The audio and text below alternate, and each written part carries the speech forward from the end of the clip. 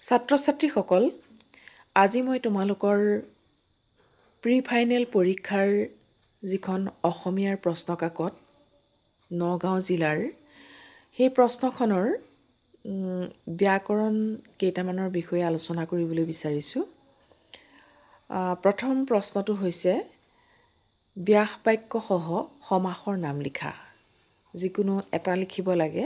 3টা আহিছে। উপবন। উপবন হৈছে অব্যয়ভাৱ সমাস আৰু ইয়াৰ যিটো ব্যাস বাক্যটো হ'ব বনৰ সমীপ। বনৰ সমীপ ব্যাস বাক্য আৰু সমাসটো হ'ব অব্যয়ভাৱ সমাস। শতাব্দী। মই আগতেই কৈছোঁ, যেতিয়া সংখ্যাবাচক হয় তেতিয়া সি দ্বিগু সমাস হয়। এতিয়া শতাব্দী, শত অব্দৰ সমষ্টি। শত বুলি কোৱাৰ লগে লগে 100 অৰ্থাৎ সংখ্যাবাচক হ'ল, গতিকে শতাব্দী দ্বিগু সমাস। গুৰু শিষ্য। গুৰু আৰু শিষ্য ব্যাস বাক্যটো হ'ব গুৰু আৰু শিষ্য। গতিকে ইয়াৰ যিটো সমাসটো হ'ব ইতৰেতৰ দ্বন্দ্ব সমাস। তাৰ পাছৰ প্ৰশ্নটো হৈছে সন্ধি ভাঙা। যথেষ্ট, যথাযোগ ইষ্ট, যথেষ্ট। অন্বেষণ, অনুযোগ এখন, মূৰ্ধন্য ষ মূৰ্ধন্য ন, অনুযোগ এখন, অন্বেষণ। শীতাৰ্ত, শীতযোগ ঋত। বহুতেই শীতযোগ আৰ্ত লিখি থৈ আহিছে।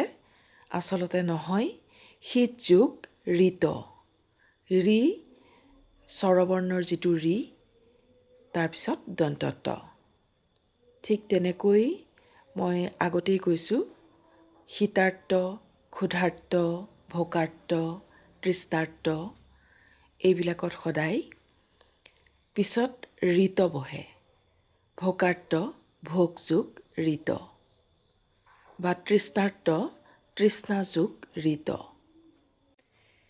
তৃতীয়তে প্ৰশ্নত আহিছে তলত দিয়া বাক্যটো মিশ্ৰ বাক্যলৈ পৰিৱৰ্তন কৰা।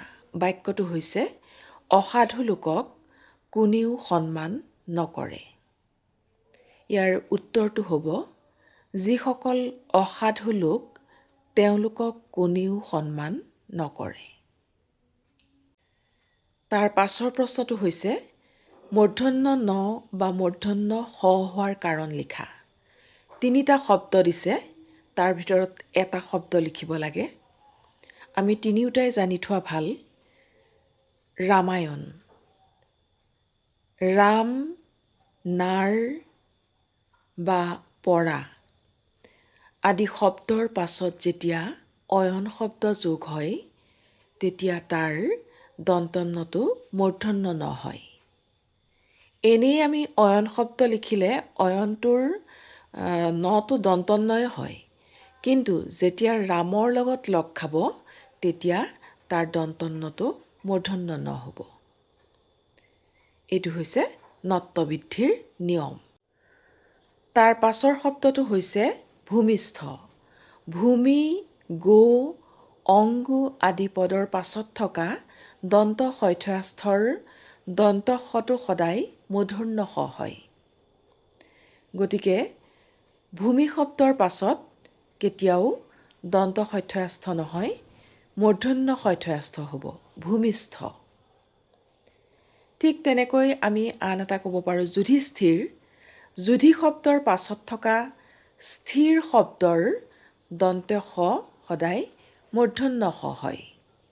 অৰ্থাৎ এনেই স্থিৰ লিখিলে আমি দন্ত শৈথয়াস্থ তাত হস্ৰ ইকাৰ ৰ লিখিম, স্থিৰ। কিন্তু যুধিৰ লগত যদি স্থিৰ লগ খায় তেতিয়াহ'লে সি মূৰ্ধন্য শৈথয়াস্থ হ'ব। এইটো হৈছে সত্ববৃদ্ধিৰ নিয়ম। শেষৰটো হৈছে কৃপণ। এতিয়া কৃপণ শব্দটোত মূৰ্ধন্য ন কিয় হ'ল? অকল কৃপণ বুলিয়ে নহয়, কৃপণ, গ্ৰহণ, পূৰণ, হৰণ, ৰাৱণ, পাষাণ আদি শব্দবিলাকত সদায় মূৰ্ধন্য ন হয়। নত্ববৃদ্ধিৰ নিয়ম মতে ৰি, ৰ, মূৰ্ধন্য ষ আৰু দন্তন্যৰ মাজত থকা স্বৰবৰ্ণ ক বৰ্গ বা প বৰ্গৰ পাছত থকা দন্তন্য, অন্তস্থ জ, ৱাব ব, হৰ পাছত থকা দন্তন্য সদায় মূৰ্ধন্য ন হয়। গতিকে কৃপণ শব্দটোত মূৰ্ধন্য ন হোৱাৰ কাৰণ আমি এনেধৰণেৰে লিখিলেই শুদ্ধ হ'ব। আজিলৈ আমি ইমানখিনিলৈকে আলোচনা কৰিলোঁ। পাছৰ ভিডিঅ'বিলাকত মই বাকীখিনি ব্যাকৰণৰ বিষয়ে আলোচনা কৰিম। ধন্যবাদ।